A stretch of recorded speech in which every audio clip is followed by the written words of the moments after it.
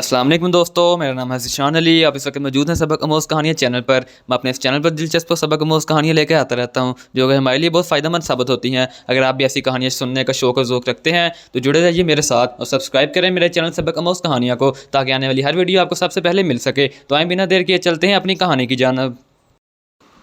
तो दोस्तों, आज की हमारी सबक आमोज़ कहानी का अनवान है किस्सा एक भेड़िए का। एक दफ़ा का जिक्र है कि चांदनी रात में एक दुबले पतले सूखे मारे भूखे भेड़िए की खूब खाए पिए मोटे ताज़े कुत्ते से मुलाकात हुई। दुआ सलाम के बाद भेड़िए ने इससे पूछा, दोस्त तू तो खूब तरोताज़ा दिखाई देता है। सच कहता हूँ, मैंने तुझसे ज़्यादा मोटा ताज़ा जानवर आज तक नहीं देखा।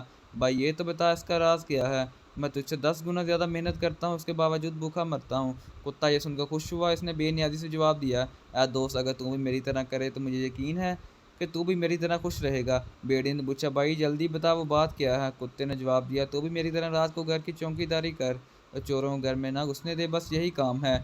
भेड़िए ने कहा, भाई मैं दिलो जान से ये काम करूँगा। इस वक्त मेरी हालत बहुत तंग है। मैं हर रोज़ खाने की तलाश में सारे जंगल में हैरानों परेशान मारा मारा फिरता हूँ। बारिश पाले बर्फबारी के सदमे उठाता हूँ, फिर भी पेट पूरी तरह नहीं भरता। अगर तेरी तरह मुझे भी गर्म घर रहने को और पेट भर खाने को मिले तो मेरे लिए इससे बेहतर क्या बात है। कुत्ते ने कहा, ये जो कुछ मैं कर रहा हूँ सच है, अब तो फिक्र मत कर, बस मेरे साथ चल। ये सुनकर भेड़िया कुत्ते के साथ साथ चल दिया।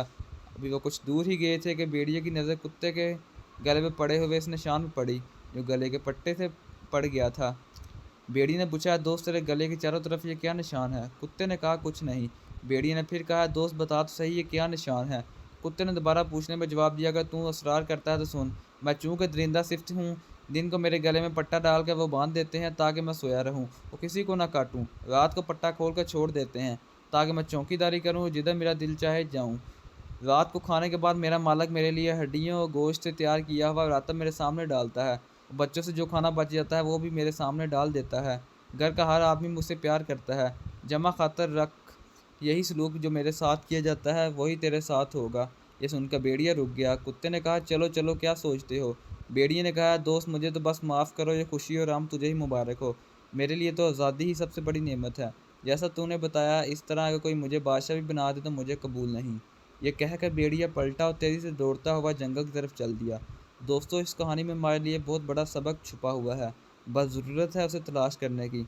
दोस्तों, उम्मीद करता हूँ आपको ये कहानी पसंद आई होगी। अगर आपको मेरी कहानी पसंद आई तो वीडियो को लाइक करें, चैनल को सब्सक्राइब करें।